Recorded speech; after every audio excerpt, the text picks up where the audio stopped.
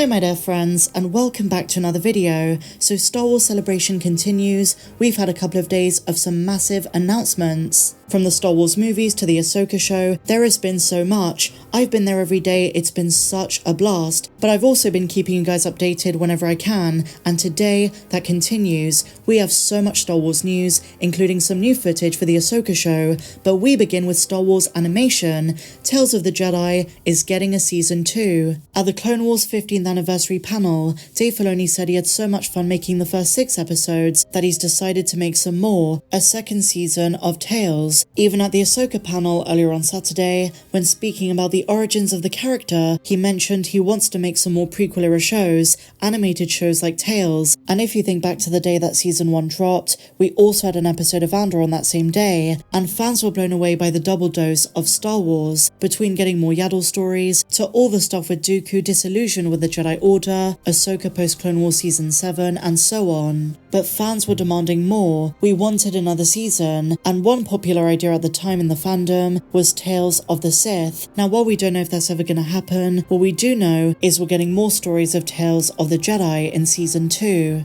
Now at this stage, the assumption, and again it's just an assumption, that the 6 episodes of season 2 are going to be prequel based as well, focusing on the Clone Wars and its direct aftermath. And could we see the rest of Grogu's flashback in animation, where Kelleran Beck took him? But you never know, they might decide to do something different for season 2, notably featuring different Jedi from various points in the timeline, so the High Republic, the Old Republic, the prequels, then fast forwarding to post-Return of the Jedi, with Luke Skywalker's Academy, and the fall of Kylo Ren, and then much further in the future, post-Rise of Skywalker, with the new Jedi Order set up by Rey, who at that stage is a Jedi Master, as we're going to see in Sharmino Bates-Chanoy's film, as was announced the other day. But if I were to bet, I would say it's probably still going to be in the prequel era. Dave Filoni has more stories he wants to tell, especially with Ahsoka before Rebels. And so now, my dear Mandalorians, in other Star Wars news, a lot of fans in our community have been wondering, what is the latest on Boba Fett? Are we getting a season 2? Is he going to appear in The Mandalorian? What is the latest on that front? Well, the simple answer is we don't know. There is a chance Boba Fett appears in the season 3 Mandalorian finale, because Rick Famuyiwa teased that episode has a payoff for Boba fans. But apart from that, we have no official announcements. They've not addressed it whatsoever at Star Wars Celebration. The legendary Doug Chiang, on the other hand,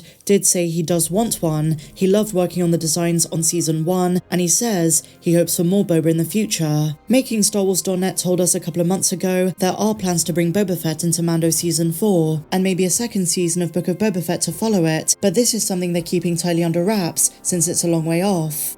Another show that doesn't look like it's getting a second season, at least for the near future, is Kenobi. In a new interview with Kathleen Kennedy at Star Wars Celebration, she said the following: that, and she's talking about Obi-Wan, is not an active development, but I never say never. That show was so well received and Deborah Chow did a spectacular job. Ewan McGregor really wants to do another. Everybody's all hands on deck with what we're doing right now, as you can see by what we showed everyone at Celebration. She finishes by saying, we'll turn our attention to that again, maybe down the road, so no plans at the moment, so it seems. Kathleen Kennedy also opened up about Taika Waititi's Star Wars film, saying he's still working on it, writing the script himself. He doesn't want to bring others into that process, and she says, quote, I don't blame him. But it does sound as though that's in the distant future, and right now, they're focusing on 3 movies. The one by Sharmino Bates-Chanoy, the one by James Mangold, and of course, the Mandoverse Dave Filoni movie. And finally, Kathleen Kennedy talks about what it was like to bring back Daisy Ridley for the new film. This is what she said: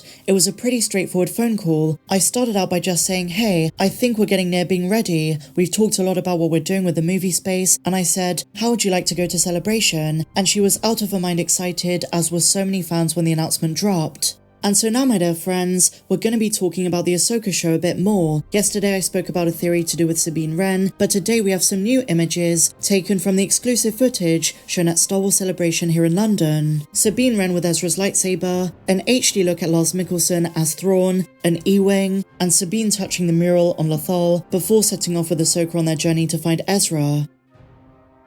And one aspect of the public trailer that dropped the other day are the lightsabers of Baylan and Shin. They're more orange than they are red. They have a less bright translucency about them. Word on the street is that they were inspired by Darth Vader's lightsaber from the original poster of A New Hope. And some fans have also noticed Shin's lightsaber hilt resembles the one of Kanan Jarrus, who died in Star Wars Rebels, and as proof of his death, Price gave his lightsaber to Thrawn. Now because Baylan and Shin are both working for Thrawn, could the Grand Admiral have given it to her? And did she bleed the lightsaber, turning it red? That's a really big fan theory, and a massive middle finger to the Ghost Crew. It could also bring up some really intense emotions when Ezra fights Shin. As the rumors state, Sabine has his lightsaber, but by then, they may have found Ezra and given it back. And bear in mind, during their separation, Ezra learned a new martial arts style of fighting, one that we're gonna see in the show. Super exciting stuff.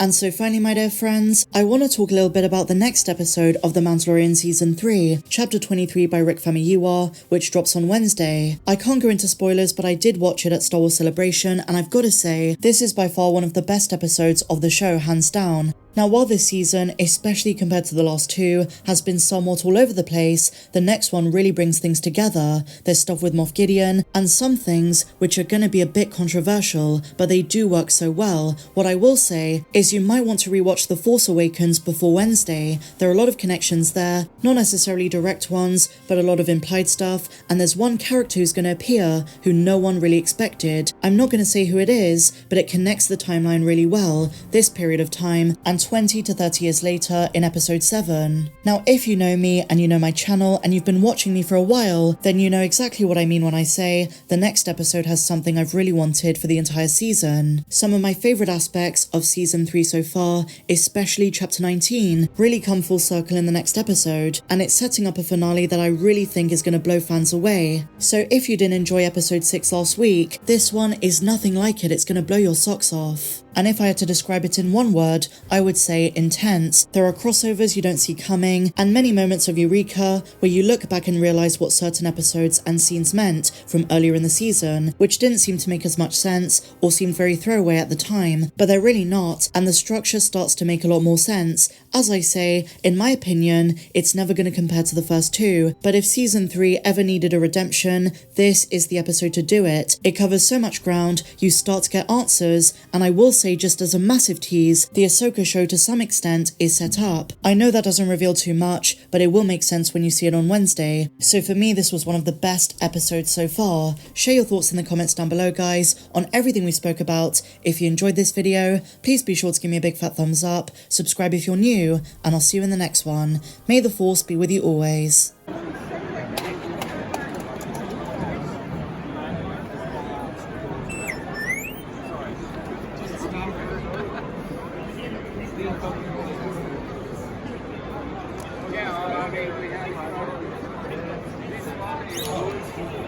I'm still done on it.